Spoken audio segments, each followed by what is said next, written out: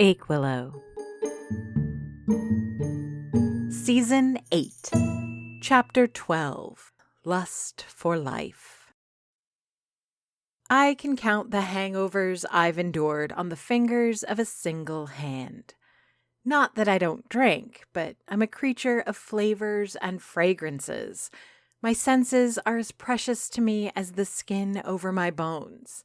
I can't imagine myself living without them, and sacrificing their counsel for even a few hours seems inconceivable, especially if all I get in return is the short-lived numbing of my inner ear and the accompanying nausea. One could argue that loosening my inhibitions could be helpful in social settings, but that would show off how little one knows of my personal history. Sure, a little help talking to someone I fancy could be handy, but seeing how well a lack of inhibitions has helped me in my student career, I think I'm fine.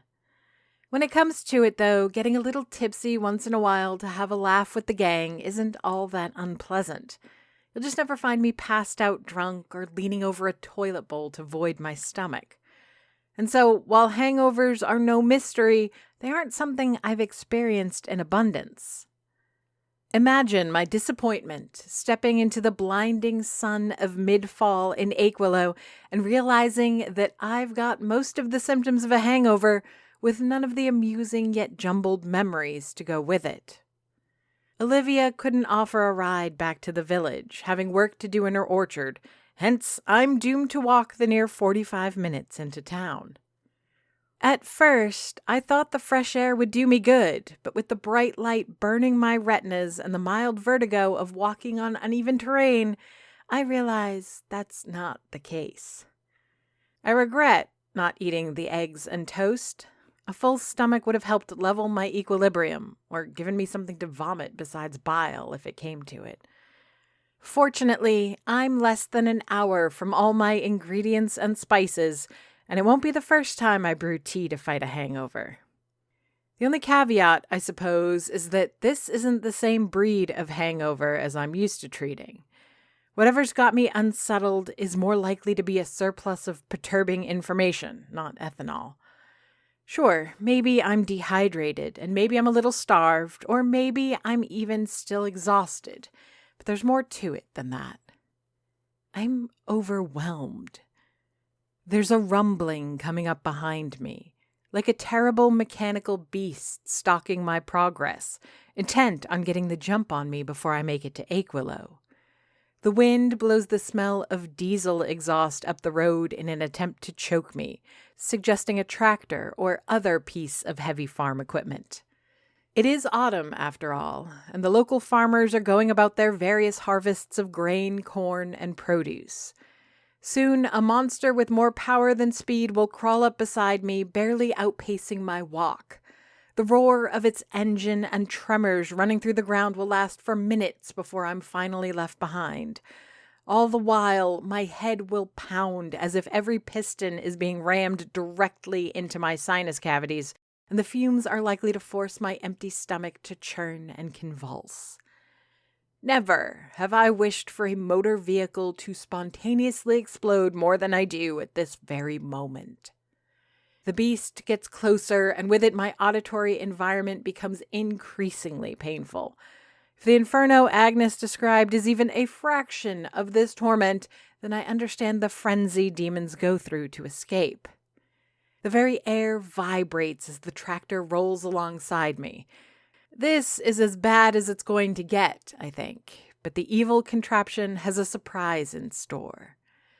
The bloody thing squeals to a stop, brakes whine and tires strain as this massive leviathan of sound and noxious smell grinds to a halt.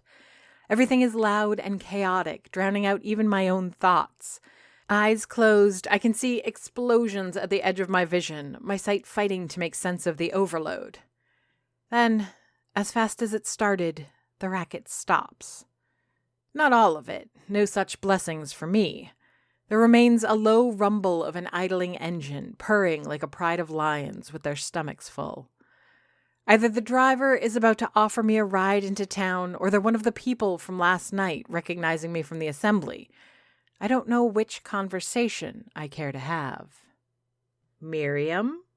The familiar voice cuts through everything like a fillet knife through fresh trout. The dread, annoyance, and even some of the nausea and pain are pulled away like so much unwanted scales. I look up to see the glorious monster that's been threatening me for the last few minutes. It's still a beast, but one I'm all too familiar with. Sun-washed red paint and chrome exhausts drink in the morning sun with voracious appetite. Black vinyl letters confirm what the voice calling my name taunted. And from the cab's window, leaning in with the biggest, most brilliant smile, my friend. Gulliver! I scream, happy to suffer the accompanying jolt of pain. Need a ride? I really don't. The village is perhaps another 20 minutes walk still, but the weather is sunny yet cool. Being in the cab of Gulliver's truck just means shaking an unbearable noise all the way to his destination. Sure, it'll shave off a ton of time, but the cafe is already late opening. What's 15 minutes going to change? But this is Gulliver, my friend. When was the last time I had a chance to sit with him and talk? Especially alone. Of course, I say before half jogging to the other side of the cab. He leans over, unlatching and pushing the door open for me. This beast is annoying enough to climb without having to fuss with a door handle. Back from Olivia's, I assume? The truck groans and squeaks as he puts it in gear and starts us moving again. It'd be hard to understand him over the growling engine, but Gulliver has quite the lung capacity and voice to go with it. Yeah, I answer, with as much volume as my aching head will allow. It's been a tough week, I've been told, he says, still smiling. He looks well. I'm glad to see Ophelia's not stopping him from eating. The man has an appetite to scale with his height. We go over the hill just before entering Akewillow, the spot that seems to overlook the whole village. I can see the cafe's roof, along with the twin steeples of the church, but also so many other small places that meant nothing to me before. Looking through the mirror, it dawns on me that there's not a trailer attached to Gulliver's truck. Ophelia summoned you? I asked, surprised at how little resentment I feel at the implications. She called last night. His smile diminishes, taking on a more serious curve, but never vanishing. She didn't really ask me to come, but she sounded scared. I figured she could use the extra muscle. Ophelia? Scared? Don't get me wrong, I don't think of her as particularly brave, but I don't think I've seen her express fear on many occasions. I always assumed whatever worries she has are kept hidden under a thick layer of pride. How much did she tell you? I raise an eyebrow, side-eyeing him to judge his reaction. Everything. Finally, his smile falters. Her mom, Annabelle's mom, the forest. She said you two buried the hatchet, though. That's cool. And just like that, he's flashing brilliant teeth again. Bury the hatchet. An antiquated term, but also one that seems exaggerated considering all that's left hanging between the two of us. And I thought we'd made our peace over the summer. We talked over a few more things, I explain, as much to Gulliver as to myself. There's a lot left to discuss, but we're not tearing each other's eyes out, I guess. Is that what she said? I'm graced with one of Gulliver's patented uproarious laughs. As loud as a sea lion's bark, with his head thrown back and his eyes closed, I would prefer less mirth and more attention on the road. Not exactly, he explains as he pulls over in front of the cafe. She said you two were friends. And let me tell you, from the point of view of the guy caught in the middle, that was a relief to hear. Makes coming here to fight demons or whatever a lot more pleasant. With a whining of brakes and a loud pneumatic sigh, the truck comes to a stop. It idles a few moments while Gulliver makes sure to put the brakes on and kill the ignition. Just like that, we're plunged into almost complete silence. Careful with your arm, he says, rolling the electric window back up. I can already feel the heat building up in the cab from the burning sun and lack of air, yet I can't get myself moving. Friend? That seems like a lot. Footsteps over metal beat a hurried rhythm as Ophelia runs down the stairs from my apartment. I have a fleeting thought about how I do not want to have 2 house guests, but I'm interrupted by Gulliver making his own jog around the truck. Through the window I watch, forgotten, as he picks up his girlfriend, spinning her around like one might a child. Both look ridiculously happy to see one another. Their smiles are radiant and their eyes moist with the joy of seeing someone they love. The anger is surprising, welling up in my chest like heartburn after a particularly spicy meal. Friend is far too much. Gulliver is my friend, and I remember how Ophelia once used her tricks to control his actions. There remains a dent in my counter where he broke his hand as a result. Scrutinizing their cheerful reunion, I can't help but notice that Gulliver still wears a sweater. Raccoons occasionally seem to run on similar software as cats. When confronted with the promise of a meal, they lose any semblance of self-control. The end of a regular day at the Aquilo Cafe, the 6 raccoons that make the alley their home will swarm at my back door. They'll crawl all over each other, and despite the Don's efforts, will not be cowed into submission. It's a chore to tiptoe between them, bringing the bag of leftovers to the large bins for them to feast upon. I've almost tripped over Roberts, the biggest raccoon with the missing leg, more than a few times, and I've nearly crushed a ringed tail more than once. It's what I imagine feeding piranhas must be like. It's also an exact portrait of what happens when I open the Aquilo up for lunch. Almost 6 hours too late, there's no small amount of resentment coming from my thirsting and famished customers. Gone is the orderly line that naturally forms in the early morning, replaced instead by a gathering mob as I try to finish getting the food ready. "You should make the coffee free for the day," Annabelle says, crouched at the back of the display, filling it with fresh-baked palmiers, croissants, muffins, cookies, and chocolatine. "Or at least until dinner." She showed up a little while after my return from Fig's Orchards, wearing her usual mischievous smile, but with puffy eyes of someone who couldn't find sleep. She's a walking contradiction. "That's not the worst idea I've heard today," I answer, speaking loud enough to be heard over the sound of sizzling marinated chicken. My attention is divided between the filling for the lunch wraps and the roasting pine nuts I want to add to my quinoa salad, and it feels like a lot to balance on such a tight timeline. "I work in a bar," she explains, as if I didn't know. "Louis has a whole budget set aside just for drinks to pacify rowdy customers. We usually end up drinking most of it ourselves at the end of the week. Aquilo's not exactly the place for bar fights, if you know what I mean. Then again, we could have our first cafe fight if we don't hurry up and open that door." I give the pine nuts a final toss before pouring them in a metal bowl to cool off. Then I take the chicken off the heat and switch the stovetop off. This is as ready as we're going to be, and anything that still needs attention I can do on the fly. Stepping back behind the counter, I give a cursory look at Annabelle's handiwork. I have to give it to her. She sets up an attractive display, worthy of some of my best platings. But she put the chocolatine in the wrong row. It's not a huge deal, but I bet Stefan will have a comment on that. I stop and stare at the assembled crowd waiting outside. From behind the glass, silhouetted by the noonday sun, they look a little like zombies hoping to get a bite of the living. These are my customers, though, my regulars, and I know it's the food and drink that they are ravenous for. Still, something doesn't feel quite right. "Can you write something on the blackboard about the free coffee while I let the hordes in?" Annabelle nods her agreement, and I dig into my apron pocket for the keys to unlock the front door. Instead, I take out my wooden spoon.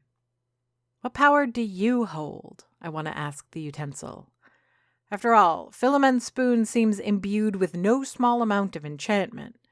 Sure, it's apparently made of Aquilo wood, and that's not even supposed to exist, but I bet there's more to it than that. My own spoon doesn't look like much. The tip is stained dark with elderberry juices, but otherwise it's a pretty standard store-bought, mass-produced item. That being said, it's a demon gift, and one with a storied few years simmered into its fibers. The small crowd grows in agitation as I slip in the key and turn the bolt.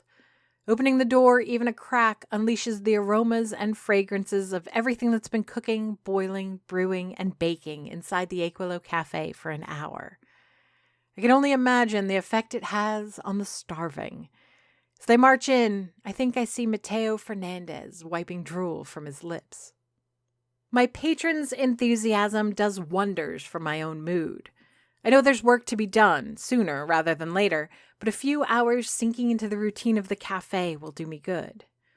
Once the lunch rush is over, Annabelle and I can discuss our next steps. Assuming Ophelia and Gulliver are done finding a place to stay for the next few days, they'll join us and we'll put together a plan. After all, it's not all bad news. Sure, finding a cult that worships the weirdest ancestor in my family tree is a little jarring. And of course, seeing Old Lady Baker conjure a dead body and promising the second coming of Philomène Dufour is a terrifying prospect. But it's more information than I had a day ago. Horrifying and bone-chilling information, but all knowledge is worth having, isn't it? While immersing myself in this routine offers a sort of therapeutic escape, there remains a lingering threat in the back of my mind. It's like coming in from a day in the sun. The warmth no longer bakes my skin, but the surface is red and hot, promising sunburn in time. The people from yesterday, apart from the two demons, weren't strangers. Most were ex-Pilvists, all were townsfolk. And who in Aquilo doesn't visit the Aquilo Cafe once in a while? Have you told Ophelia yet? Annabelle asks from her seat at the counter. There's only so much I could do to keep her busy and distracted, but it seems to have done the trick. I'm under no illusion that she's forgotten about her missing mother, but she isn't the wreck I assumed she'd be. I give her a smile, trying to be as reassuring in my demeanor as possible. It's a hard sell, but maybe if I fake confidence, it can be infectious enough to become real. Not yet, I say, folding a tortilla over a mix of marinated salad and dried cranberries. She looked happy. I figured I might as well let her have that for a little while longer. Oh, yeah. She forces the mischief through her lips. You two are friends now. Don't start. Elise Marquis drops a handful of change into the tip jar, and I nod my gratitude.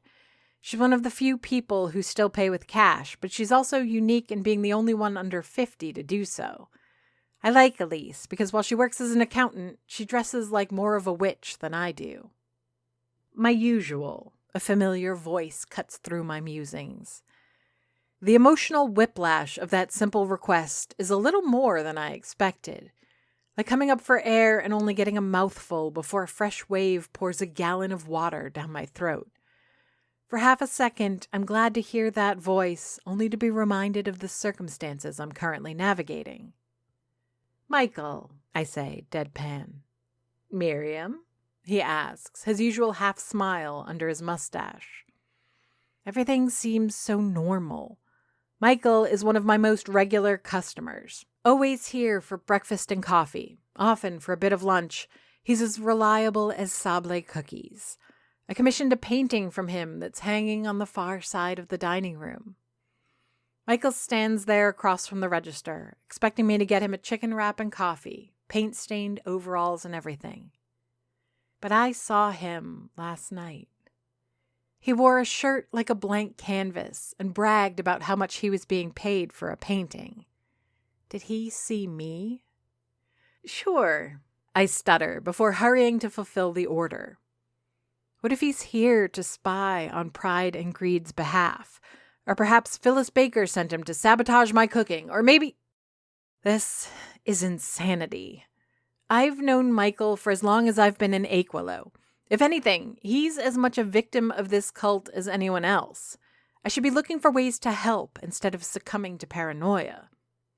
I stand behind my counter, chicken wrap in hand and coffee mug in the other. Michael's eyes weigh heavy on the back of my head as I survey the dining room. How many others are here from this cult? I thought I could identify most of them from memory, but there were easily 24 people there. Am I sure I saw everyone? And who else is in this cult that I don't know about? It's not like they wear convenient white robes to help identify members. What's wrong? Michael asks, transparent concern painted over his usually placid features. Annabelle is also watching me with her own brand of concern. She knows me well enough to recognize this isn't just some random fugue, but something more complex. Fear and concern whipped up with a generous helping of hard thinking. I think it's the slight twitching of my right eyebrow that gives it away. Nothing, I lie, putting on my best customer service smile. Just remembered I'm running low on salt and need to make sure I don't forget to order more. He smiles and nods, taking the plate and mug from my hands.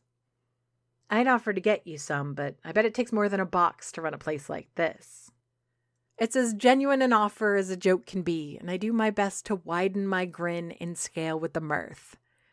No sooner has Michael turned his back, walking to his favorite table near the window, that my smile vanishes. That cult thing you mentioned. Annabelle starts, keeping her voice low. Yes. Michael was there? Our Michael? Yes. You should have told me.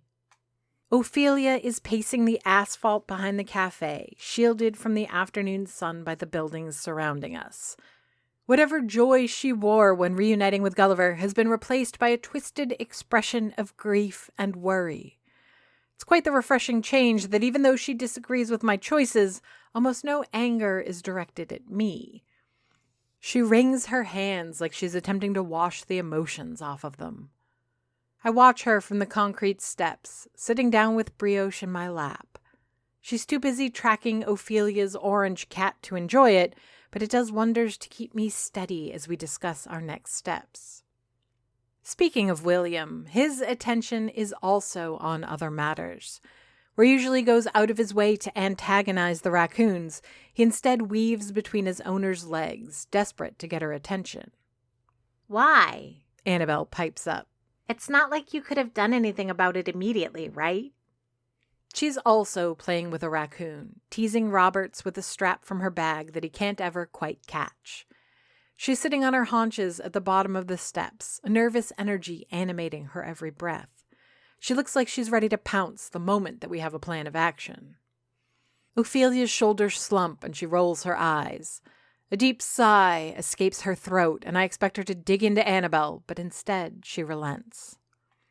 I suppose you're right, she admits. I just don't understand. What do they want? Is this just retaliation for closing the Hellgate? A couple of disgruntled demons, too afraid to come after us, have decided to go after my mother's corpse? And that old woman? Phyllis Baker, I confirm. I don't know. She's kind of new in town, but she's been coming to the cafe for months now, and she seemed harmless enough. The way she talked last night, the things she did, it's like she's at the center of all this. And now we can't even trust anyone in town, Annabelle adds, scratching Robert's ample belly. It's like anyone could be a part of that cult, present company excluded. A shrug goes through the assembled parties. Gulliver's been watching Ophelia with the most serious expression I've seen on his jovial face in quite some time. Eric is standing next to Petunia, the two of them leaning on the wall far away from the dumpsters in their malodorous aura. Neither seems too pleased to be here. I could have brought Fred, Pete complains. He wasn't a fan of the Pilvists. I doubt he'll be running to join whatever new religion just dropped.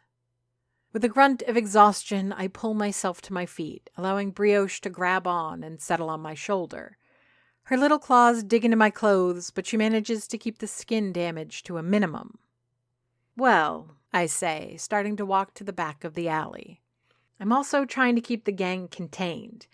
No sense in dragging the Figs into this, or Helen and Edna for that matter. I'm pretty sure I got most of what I can get out of Olivia anyways. But not Henry. I think to myself. The Figs are a tight-knit couple, but they have a different outlook on how Aquilow's supernatural side should be handled.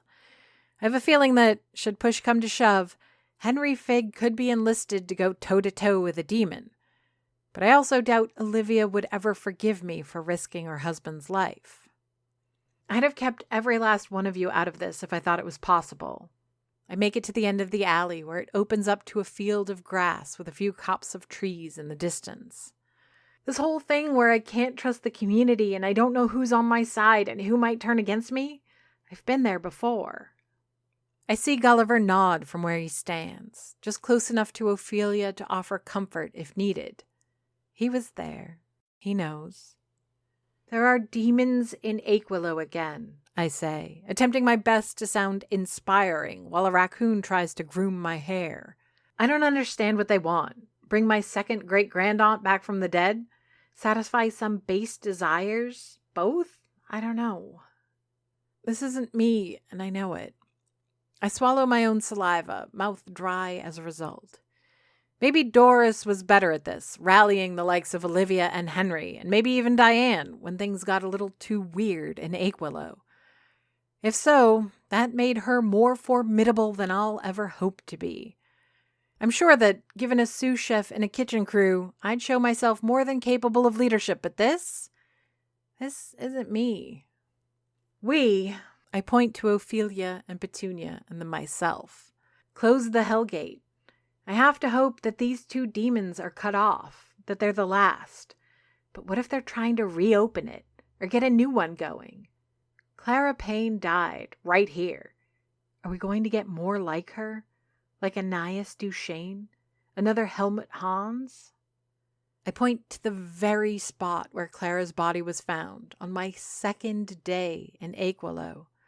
I'd barely even walked through the kitchen of the cafe when they found her. Speaking her name here resurrects the vision of her eviscerated remains. My own guts churn at the memory. "You don't have to convince me," Annabelle says, standing up much to Robert's the raccoon's disappointment. "None of what you said makes me feel good about my mom's disappearance." Ophelia bends down to scoop her cat from the ground, allowing him to go hide in her bag. She's quick to walk up to me, followed closely by Annabelle and Gulliver. "I don't think you have to sell anyone here on the righteousness of your cause, Miriam," she says, while adjusting her shawl to cover her shoulders. Which is probably for the best, because that was a terrible sales pitch. Eric and Petunia, the last two holdovers, look at each other for a moment, as if silently consulting each other. My brother shrugs and pushes himself off the wall. "I'm not sure what I can contribute," he says. "But obviously I'll help. Can't see how I would explain to Mom and Dad how you got murdered by demons and dead witches or whatever." That leaves Petunia, who watches Eric make his way to the alley's end. She and Annabelle have always been vocal when talking about Gulliver and Eric, openly objectifying the men in their own tongue-in-cheek fashion. Today, even with her eyes tracking every step my brother takes, I don't think she's seeing him. Her cheeks, usually quick with a smile and bursting with good humor, remain flat. I expect a quip out of her before she joins our ranks. One last witty remark to signal her commitment. "No," she says, shattering my expectations. "Listen, I get this. This is all a really big deal, and I'm not dismissing the consequences and all that, but I just can't.